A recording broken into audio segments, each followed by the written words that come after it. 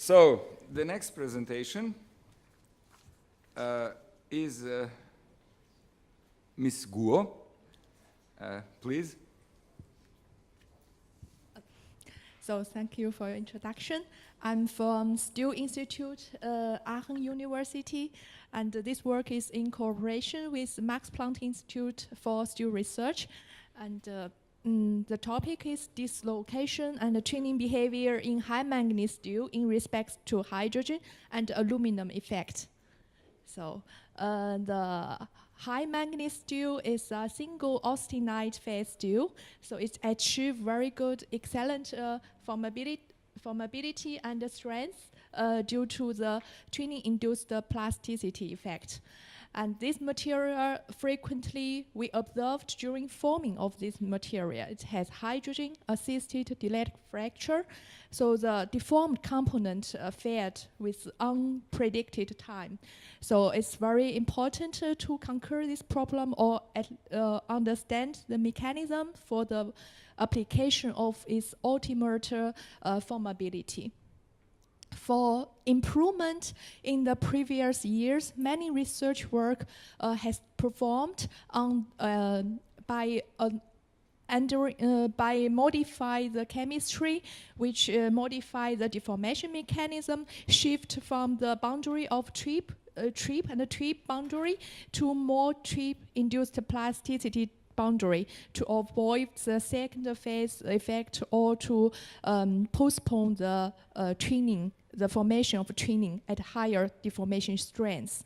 So also by adding aluminum and copper, we have observed obvious effect on shifting the deformation mechanism to trip, and by grain refinement, it has similar effect.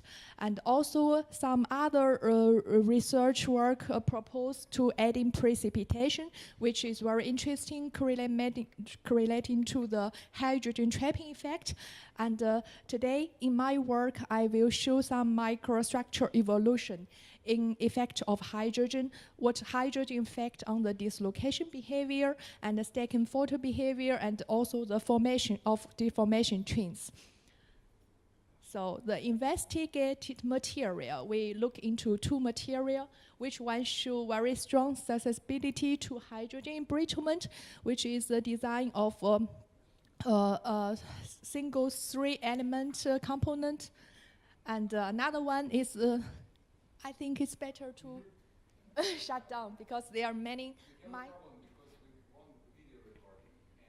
Okay. It's completely dark. Okay, great. Thank you. Okay. Okay. So we look into taking into another material which has similar stacking photo energy. Both of have the trip effect, and which is alloyed with 1.5% of aluminum. From the mechanical property, we see very clearly there is a start of serrated flow for the non-aluminum alloy at very early stages, which indicate the strong interaction with dislocation with manganese carbon depots or with and the relaxation of the stress. And could be an indication of early formation of deformation twins.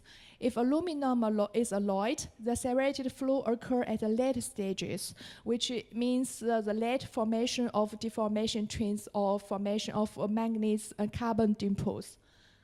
So the investigation method, we included is first hydrogen charging cathodically in the acid solution with controlled overpotential, and we characterize how much hydrogen with thermal desorption analysis with high vacuum condition, with and also equipped with quartz mass spectrometry.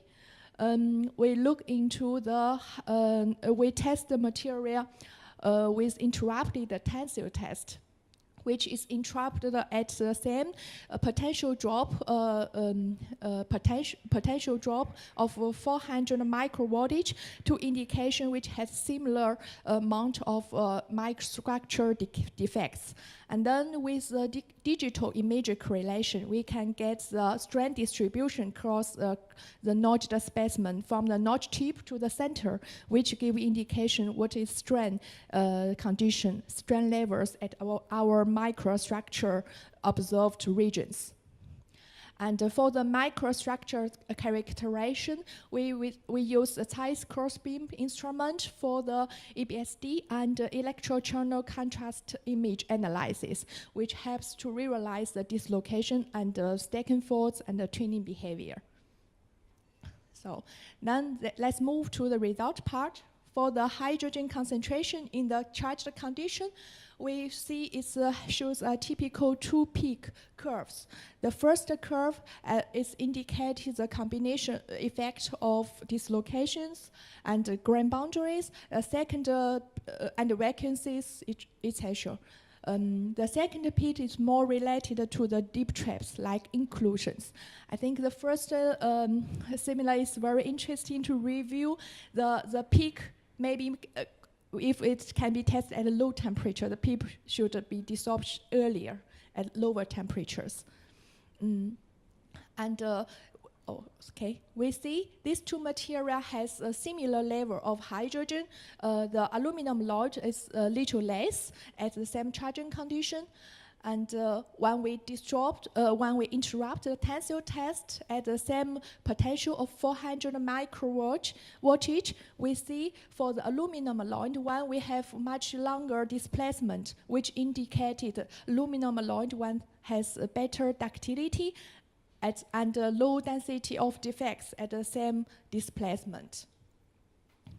We take the specimen and use the digital image analysis results to analyze how is the strand levels look like. We see in the more near to the center is around of slightly above 10% of for mesoid strand, but when near to the crack notch, we have a much sharp increase of the strand, and the aluminum alloy is always above the aluminum free one, indicating it's much higher strand compared to the aluminum free one.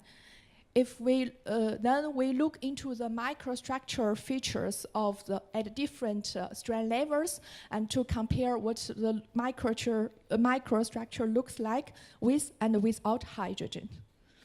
So firstly, I show a BSE image on the EBSD map, which shows what the fracture looks from the notch to the inside of the specimen, what it looks like. So for the 22 manganese aluminum free one, we see the crack propagation is stepwise. So when we combine into EBSD grain orientation images, we find it's partially grain orientation dependent. It's preferred to go through the 111 orientation, which has the highest Schmidt factor for the dislocation movement. And then if we have the hydrogen charged one, as a comparison, we find the propagation is more straight from the notch tip to inside, which is the very strand gradient dependent from the highest strand to the lowest strand. So when we look into the EBSD map at this, for these two specimens, we can see the contract is not good now.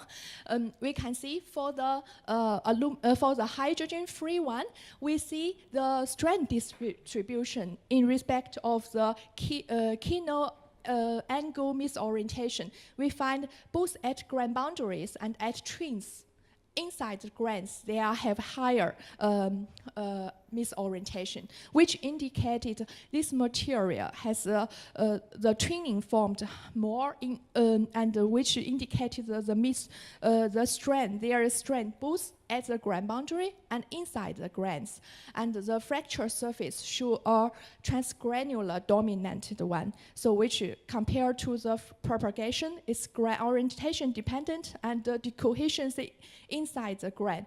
And if we compare the hydrogen-charged one, we find that it's more intergranular dominated. It passes through the ground boundary. When we look into the Kinel average misorientation, we find it's more higher density at the ground boundary, which indicates a strong effect of hydrogen for the ground boundary decoherency in the hydrogen-charged one in this material. So then we move to the most important part, the dislocation and the tuning evaluation in this material.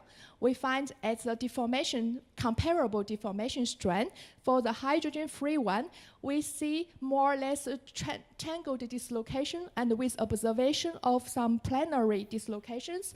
And in the hydrogen-charged one, they are more frequently shown up of stacking fault. Even for some time, we see deformation twinning. Then we move to the higher deformation strength. Sorry, yeah. Then we see the first shown up of twinning bundles at the very low strength in the hydrogen-charged material. But in comparison, they are only diversely appear of twinning in the hydrogen-free ones. And when we even increasing the strength, looking into high-strength regions, we see there is initiation of a secondary twinning earlier in hydrogen-charged one compared to the hydrogen-free one. When we look into near the tip region, we even find frequently observed of tertiary twinning system in the hydrogen-charged one at lower deformation strength. In the hydrogen-free one, we always see the only two twinning systems and with the causing of the deformation twin lamina. So then from these figures, we find for this material, we have obvious effect of hydrogen-promoted dislocation polarity and the earlier formation of stacking fault and the twin bundles at lower strengths due to hydrogen. Also, multi-tool twinning system is frequently observed in combination of hydrogen. Then we compare to the aluminum alloyed one. At the same potential drop measurement, we see this material, we do not find a propagation of the cracks. It seems blunted. And then only in the hydrogen-charged one, we see many low image quality regions, so which indicated the voids induced due to the hydrogen. Then when we go to the microstructure features of aluminum alloyed one, we find this material has much, at the same strand level, have much lower dislocations, but hydrogen still have effect on promote the dislocation planarity. So at higher strengths, then we see the twinning bundles occurs earlier stages compared to the hydrogen-free condition. But if we compare to the aluminum-free one, we see the aluminum alloyed one has much finer twinning laminar compared to the aluminum-free one, which indicated is more homogenized distribution of the stress at the ground boundaries due to the formation of finer laminars. And at highest strength, when we look into, we also see hydrogen have initiated a second twinning system, but in comparison, for such high strength in the hydrogen-free one, we frequently see one twinning system. So in short summary for this material, we see the same phenomenon of hydrogen effect on dislocation polarity, stacking fault, and the twinning behavior. And in comparison, we see a very postponed twin nucleation and a finer twinning laminar than the aluminum-free one, which indicated the main reason for the good ground boundary behavior and postpone of the ground boundary decoherency at hydrogen-charged condition. So as a summary of this work, we see for the cracker propagation, hydrogen facilitates the ground boundary decoherency in this material, aluminum-free material, due to the high stress concentration by formation of thick twin laminars and the earlier formation of twins. But hydrogen-induced promoted void formation in the aluminum alloyed one, which has less stress concentration at the ground boundary for better delete fracture resistance. For the microstructure evolution for both material, we see hydrogen effect on promoting planar dislocation, reducing stacking fold energy, and promote multiple deformation twinning system. And the aluminum alloyed one have delay of twin nucleation and finer twinning laminar, which is beneficial for the overall property of this material.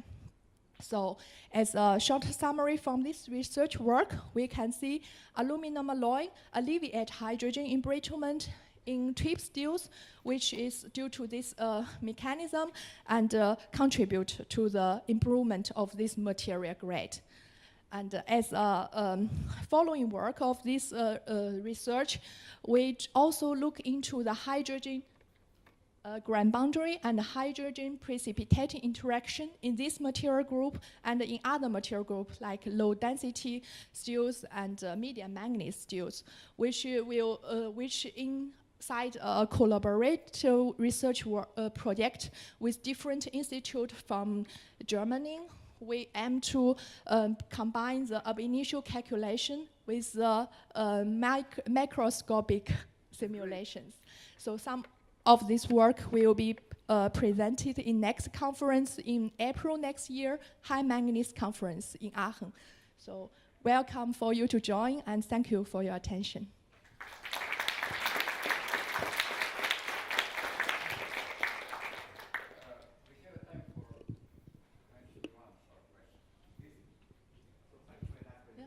My question is based on multiple twin. So how can multiple twin be promoted by hydrogen? Because you said that dislocation planarity is enhanced. On one hand, the multiple twin occurs. So in my sense, it's a bit contradictory. So if you have comment. So for my understanding, is hydrogen is facilitate dislocation planarity, and it also reduces the formation of enhance the dislocations, and the dislocation slip in all the slip system is enhanced. if all dislocation systems enhanced, Yeah. So then, therefore, it's easier for formation of different twinning systems.